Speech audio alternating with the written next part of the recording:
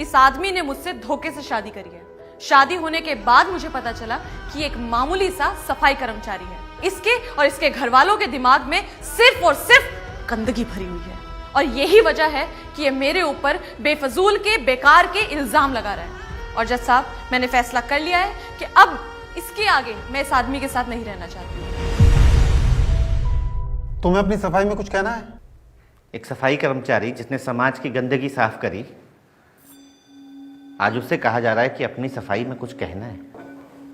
जैसा अब इन्होंने कहा कि हमने इनसे धोखे से शादी करी, इन्हें पता नहीं था कि हम सफाई कर्मी हैं। क्या ये बात इन्हें इतने बड़े पद में नौकरी लगने के बाद, हमसे 2 बच्चे होने के बाद पता लगी? इन्होंने हमें, हमारे माँ बाप को भला बुरा कहा, हम बर्दाश्त कर गए, पर आज ये हमें हमारे बच्चों से तक मिलने नहीं दे रही है। हम मानते हैं कि आदमी भी गलत होते हैं, बहुत आदमी गलत होते हैं।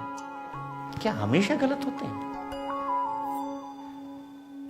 हम ये भी मानते हैं कि औरत को ही आदमी की तरह जीने का अधिकार है, आजादी का अधिकार है।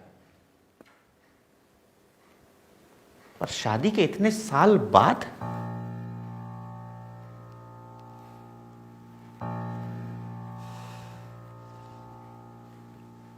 कहने को बहुत कुछ है जज साहब, पर बस इतना ही कहेंगे कि हमने एक सपना देखा था,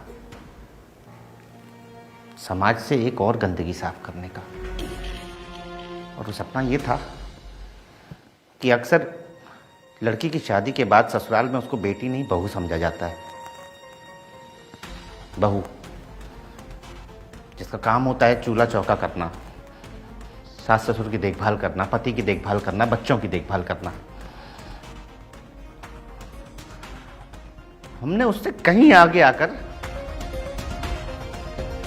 अपनी पत्नी को पढ़ाना चुना। इसमें हमारा लालच था हमारा लालच। और लालच ये था कि हम चाहते थे कि अगर हमारे बच्चों की माँ पढ़ी लिखी होगी तो हमारे बच्चों का भविष्य और उज्जवल होगा, हमारे साथ समाज में कंधे से कंधा मिलाकर चलेगी। पर हम भूल गए साहब कि एक बड़ा अधिकारी सफाई कर्मी के साथ कंधे से कंधा मिलाकर नहीं चलता। जज साहब, हमारे साथ बुरा हो रहा है, अच्छा हो रहा है, ये हम नहीं जानते, लेकिन हम इतना जानते हैं कि हमारे देश में बहुत सारी पत्नियों के साथ बुरा होने वाला है। अगर आज इसमें कुछ सोचा नहीं गया ना, तो कल पति अपनी पत्नियों को आगे पढ़ाने के लिए सोचेंगे जज साहब।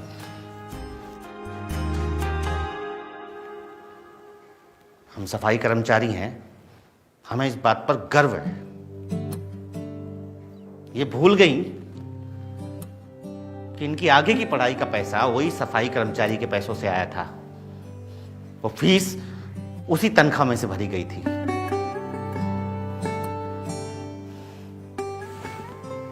उस पैसे में गंदगी नहीं थी जज साहब, इनके दिल में मैल था। और हम पूरा शहर साफ करते रहे, मगर इनके दिल का मैल साफ नहीं कर पाए।